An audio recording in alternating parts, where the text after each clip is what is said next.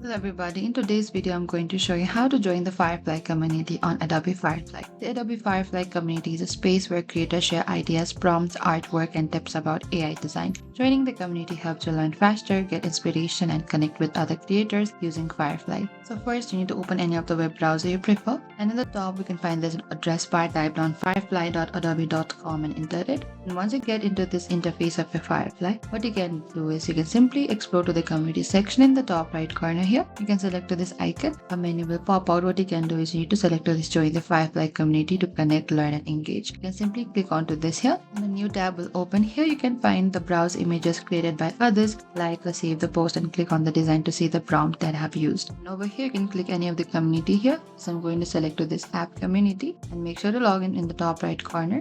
That is it. And this is how you can join the Adobe community platform. Joining the Adobe Firefly community is easy. Just explore, interact, and share your work. Thank you for watching this video. I hope I could help you. If you have any queries or confusion, please comment down and we will reach out to you very soon.